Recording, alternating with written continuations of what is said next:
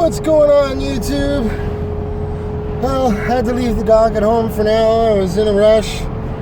Forgot I was going to do a video about something pretty damn important. And I think I learned my lesson after a couple days ago. So, junk removal vlog number 7. Alright, so one thing that I'm starting to learn in junk removal business especially is that people aren't going to really value your time unless you do. Now, they're not going to do that if you undervalue your service. So, a couple days ago, I did something I've never done, which was start a job and then walked away from it. Now, I don't like doing that. Even if I take a loss, normally I'll just eat the loss and do the job. But when doing the job means you're going to spend 5 times longer than you initially thought you would because you didn't actually dig up enough of what you were supposed to remove in order to really see the true depth of the job you were going to do, or you were getting paid to do, and that you quoted.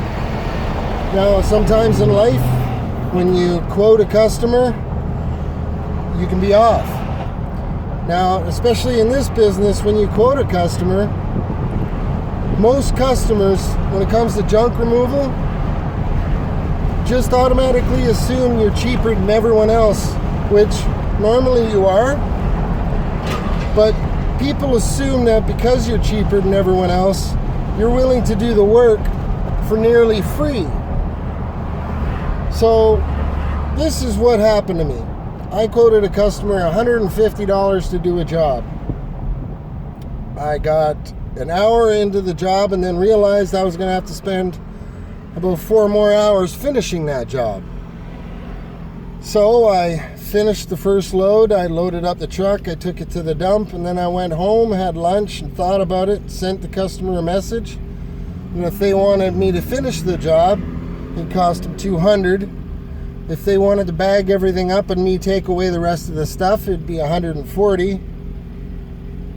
Or if they bagged up everything and they just took it away, we would just call it even.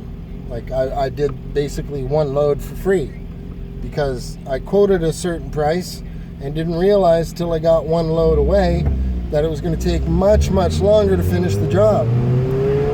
So today's lesson is learn when to say no. Learn to realize it's just not worth it. Even if you need the money or you need the customer, if you yourself undervalue your own service, you are never ever going to be able to bid a customer a high price for a job that's going to take you quite a long time because you yourself don't actually believe in your own value. Now, I don't have an MBA and I don't pretend to be a professional, and I don't pretend to be educated enough to tell you the basis of the basic economics behind business management. But I know enough about business to know that if you yourself don't value your product or service enough to confidently bid a price and then confidently go back to that customer and tell them, look, it's going to cost you more than I initially expected. You can either pay for it or you can call somebody else, which is exactly what I told her, And that's fine. What she ended up doing is asking me, can I pay you for the one load? And I said no. I said, I quoted you a price what I thought was going to be 3 or 4 loads, and I thought it would only take me an hour, but it's going to take a heck of a lot longer than that. So just consider that one load for free, that I did it, on a pro rata basis, or what do you call it? Anyway, I told her it's free, I wouldn't charge her.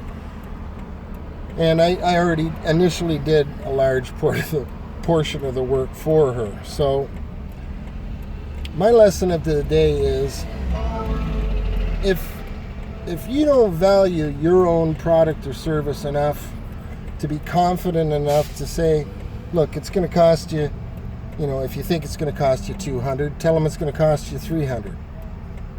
And if you come under, you can go back and say, yeah, it was a lot less than I expected. So the lesson of the day is make sure that you value your product or service. Because if you don't value your own product or service, you're not going to be able to look at a customer in the eye and say, yeah, I'm sorry, but that's going to cost you $200 more than I expected. Sorry. So you can either pay it, or I could just walk away and, we can part ways. We're talking on a professional basis here. You're being polite to the customer. You're saying, look, I quoted you this price. I just can't do it for that. So you can either do this, or this. And make sure you give the customer options. Like, don't just say, I'm not doing this. See you later. I mean, that's a quick way to ruin your Google reviews. Now, I'm pretty proud of the fact that when you look up my company, idump.ca, on Google Maps, every single review for my business is positive. Now, maybe my ex-girlfriend's going to watch this video, or the person I was with, if you can call her a person. She might just say, oh, really? And give me my first negative Google review. But I'm pretty proud of the fact that every single customer that's ever used my service and been on Google Maps has something positive to say. And I can't stress how important enough that is, because I would say half of my new business say, I saw you on Google Maps and you were like the only junk removal company that was 5 stars out of 5 stars. I mean, I'm not going to name any other companies out there, but I'm the only junk removal business in my town with 5 out of 5 stars. I'm pretty proud of that. And if you can do that, you've got a brand to build on. Now, I'd say my company's biggest mistake is that I'm not a social media guy. I'm trying my best, but that's just not my thing. I don't enjoy it. I don't like it.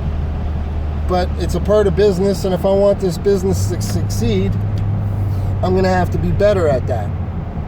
So, today's lesson, make sure you value your company's product or services, because if you don't, you're going to constantly underbid jobs because you think you're going to price it too high. So that's really, really important. Don't undervalue your product or service. And don't ever tell a customer, I'm charging you $70 an hour. I'm charging you $80 an hour or $200 an hour. Tell your customer you're charging her this for the job, or that for the job. If a customer hears that you're charging her $200 an hour and it's just you and a half-ton truck, well, you can pretty much guess what their reaction to that's going to be. I know what mine would be. So, today's lesson, once again, make sure you value your own product or service, because if you don't, your customers won't. No update for the oil rig jobs. I've got some positive news, but I'm going to save that for an oil rig job vlog. Have a nice day, be safe, and stay healthy. Bye-bye.